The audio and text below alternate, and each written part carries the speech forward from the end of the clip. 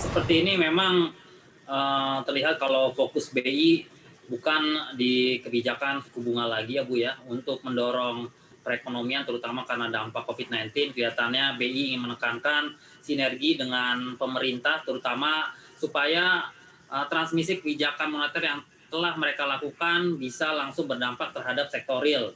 Dan kita sih melihat untuk kebijakan bank sentral ini memang dalam hal ini kebijakan sinergi dengan pemerintah tentunya akan difokuskan dengan kebijakan yang namanya debt burden sharing, terutama Mhm. bantuan likuiditas ataupun juga injeksi likuiditas Bank Indonesia dalam hal ini untuk mendukung langkah kebijakan fiskal pemerintah. Dalam hal ini adalah melakukan belanja terkait dengan realisasi APBN untuk program pemulihan ekonomi nasional. Dan kita melihat untuk tren ini kelihatannya akan terus berlangsung hingga periode akhir tahun ya Bu ya.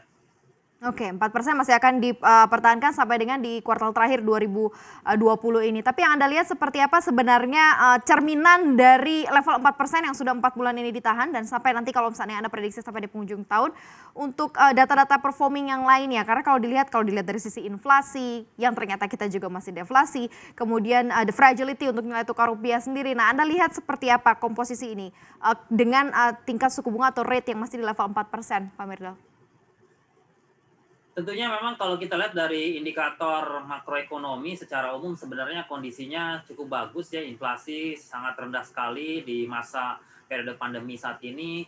Walaupun memang ini mencerminkan daya beli masyarakat yang kelihatannya cukup lemah ya. Di sisi yang lain juga kita melihat indikator seperti pertumbuhan ekonomi tentunya butuh dorongan dalam hal ini selain dari kebijakan suku bunga tentu adalah kebijakan moneter yang lain ataupun kebijakan fiskal dari pemerintah. Dan di sisi yang lain tentunya kebijakan suku bunga 4% ini selain dimaksudkan di sektor tersebut tentunya juga untuk menjaga daya tarik aset investasi Indonesia dalam hal ini adalah performa pasar keuangan domestik. Dan kalau kita lihat performa pasar keuangan domestik dalam beberapa bulan terakhir relatif terlihat capital outflow ya. Dan kita Mhm, melihat mhm. exposure investor asing dari bulan ke bulan semakin menurun apalagi kalau kita lihat prospek pertumbuhan ekonomi Indonesia kelihatannya dalam tahun ini akan mengalami pertumbuhan ekonomi negatif karena memang adanya pembatasan aktivitas ekonomi. Sehingga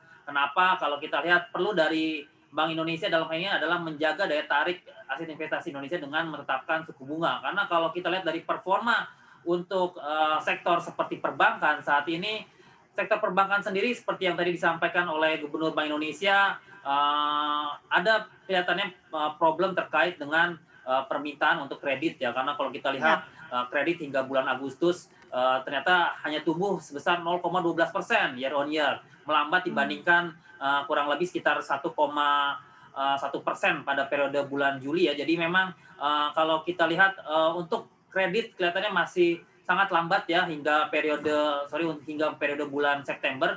Dan kalau kita cermati juga performa kredit macet juga cukup tinggi ya di level 3,22% walaupun memang kalau kita lihat angka 3,22% ini tidak terlalu tinggi tetapi kalau kita bandingkan dengan periode akhir tahun 2019 ini Oke. ada kenaikan yang cukup signifikan ya. Jadi